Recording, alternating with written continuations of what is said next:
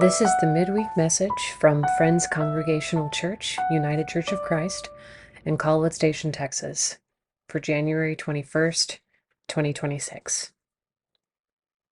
A dream turned into a nightmare. MLK and continuing to dream. On Monday morning, I woke up to a text from a friend warning me about the presence of ICE agents in Bryan Colwood Station. A flurry of emotions cascaded within me, but my immediate thought was, it's MLK Day. They are actually doing this on MLK Day. And then all I could think of was the very speech I had shown in Kairos, our youth group gathering, the night before. It was a speech that Dr. King gave at Ebenezer Baptist Church in 1967, 11 months before his assassination. And it contains a sentiment that is not often discussed when the universally uplifting "I have a dream" speech takes precedent. You see, when asked about this speech during the interview, Dr. King admits that his dream had, at many points, turned into a nightmare. Almost 60 years later, on the day that was established to honor his legacy, when so many echo the sentiments of King's dream, it was playing out in the streets of this nation as a nightmare. A nightmare we share in knowing the history of which he speaks and the tension we find ourselves in as that history is continually censored amid an ever increasing rise of authoritarianism and indifference. The many collections of words that Dr. King spoke in his short 39 years of life are just as relevant today in a world that is increasingly violent in its indifference to the suffering of our neighbors. And I was grappling with the weight of our current situation along with so many others.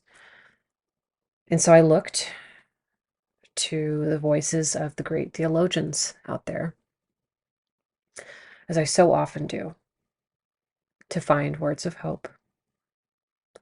Who better than the author of the book Resurrection Hope, the great Reverend Canon Dr. Kelly Brown Douglas? She offered a homily at a vigil held this past Monday in New York City. And at the beginning of her sermon, she offered these words: "We are living in despairing times." As I heard this, I let out a genuine sigh of relief. It might seem a strange emotion to experience at such an admittance from one of the nation's greatest theologians, but it is in that mutuality of communal grief that I believe we also find our collective strength.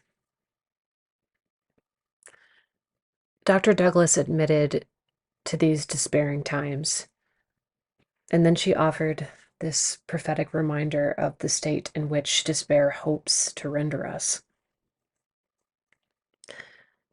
She said, "Despair is the soil in which oppressive and authoritarian regimes take root and thrive.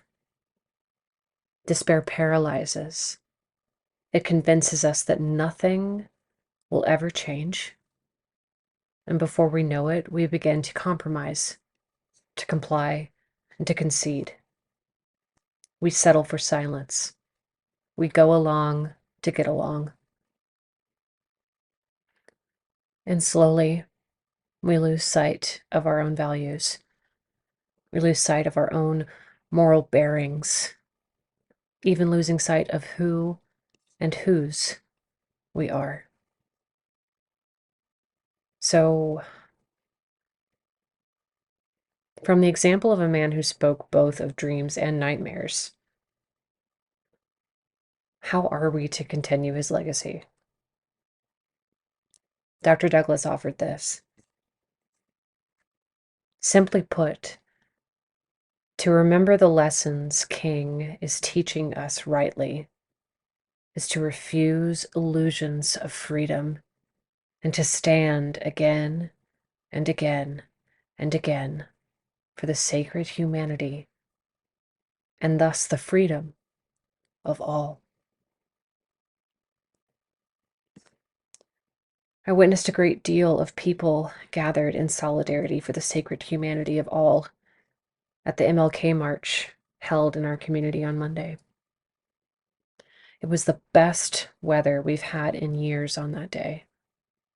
And the sun shone brightly on God's people gathered to be seen, known, and heard for their continued belief in the freedom of all people. Voices were lifted through music, through the words of a local superintendent who said that we were made for diversity, and that is what the world should see.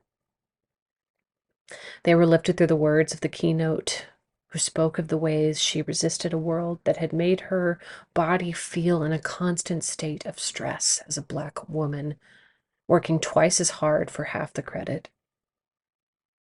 Babies played in the bleachers while people called out the names of their ancestors. The joy in that room was the greatest act of protest I could have witnessed that day. We are sharing in a nightmare, but we are still very much continuing to dream.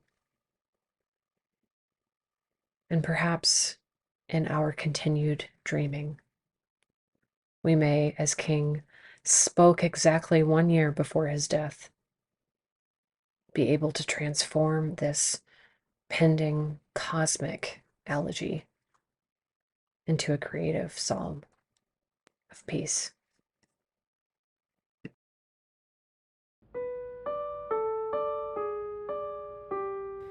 We hope you have enjoyed the Midweek Message from Friends Congregational Church, read by our Associate Pastor to Youth and Young Adults, Reverend Brooke Dooley.